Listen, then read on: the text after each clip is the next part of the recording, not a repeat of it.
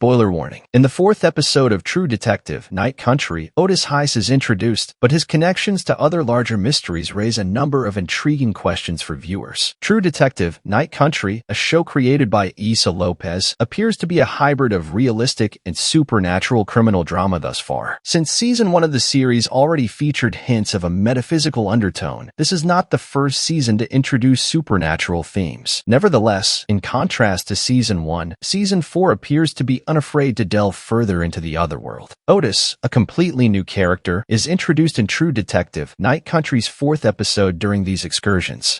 Otis Heiss? Even though Otis didn't appear in the first half of the show, when he does appear in episode 4, he seems to immediately establish himself as a major character in the overall story. The majority of his characteristics are still unknown, but the next episodes will probably clarify how his past relates to the primary riddles. How did Otis manage to keep up with the researchers' injuries? Otis also suffered from damaged eardrums and burned corneas, similar to the Solal researchers. Peter discovers that he had suffered the same injuries as the researchers in April 1998 when he initially opens Otis' file. He also had self-inflicted bite wounds, shattered eardrums, and burned corneas. Burns on both corneas.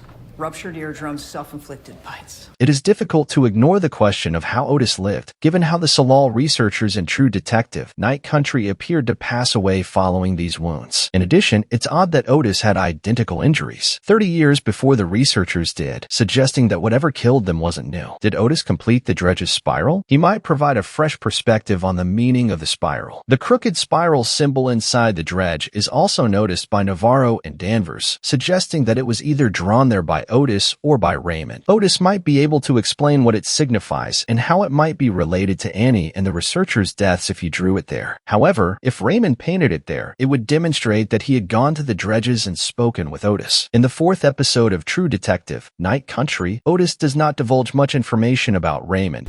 Who gave you that coat? Was it Raymond Clark?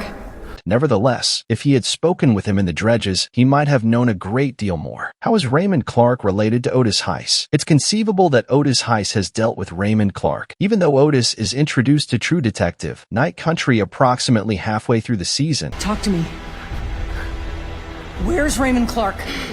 He's gone. There seems to be a connection between his past and the Solal researchers' fates because of the striking similarities between his injuries and theirs. Because she was surprised to find him, and because she had previously seen Raymond Clark wearing the pink jacket that Annie had once owned, Danvers initially confused him for Raymond Clark. Otis appears to be aware of Raymond Clark's whereabouts as well, but his heroin addiction renders him untrustworthy, raising doubts about his relationship with Clark. He's gone. He went back down to hide.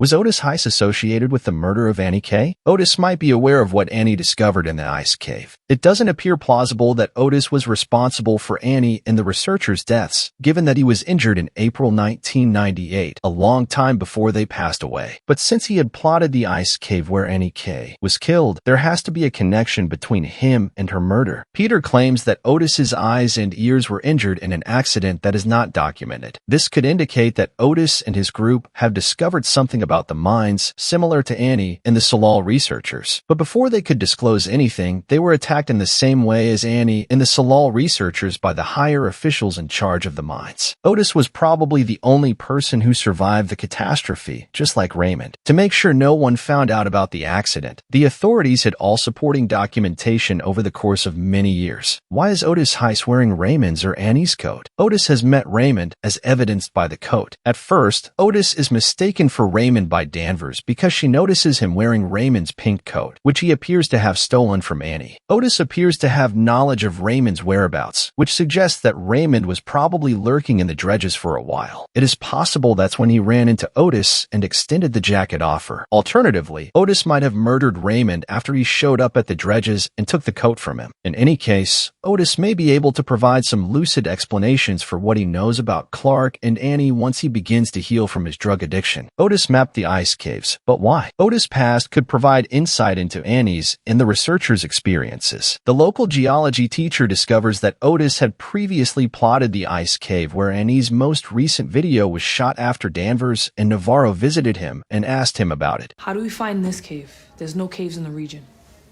Actually, there are. Given that the ice caverns are now an essential component of the larger murder case, one cannot help but wonder why Otis may have mapped them. It's a death trap. Would he also be able to tell what Annie had found in the ice cave, given that he had to have investigated the caves in order to be able to map them? If nothing else, Otis could be able to direct Danvers and Navarro to the spot in the caves where Annie was killed. Is Otis Heiss merely a clown? In the previous 2 episodes, Otis might have assisted Navarro and Danvers. Given that he most likely had nothing to do with Annie's death, Otis might be a red herring. But the parallels between his wounds and those of the Salal researchers imply that his background is somehow linked to the researchers' outcomes. Otis might possibly play a significant role in the last episodes of True Detective, Night Country, since he could guide Danvers and Navarro through the caves and help them figure out what Annie had discovered and why it caused her death. This could finally shed light on the significance of the spiral and how it relates to the researchers' demise. What was Otis Heiss making allusion to in the Night Country? Night Country seems to have eerie associations with the paranormal. After the conclusion of True Detective Season 4, one of the most pressing queries is what Otis meant when he mentioned the Night Country. We're all in the night country now.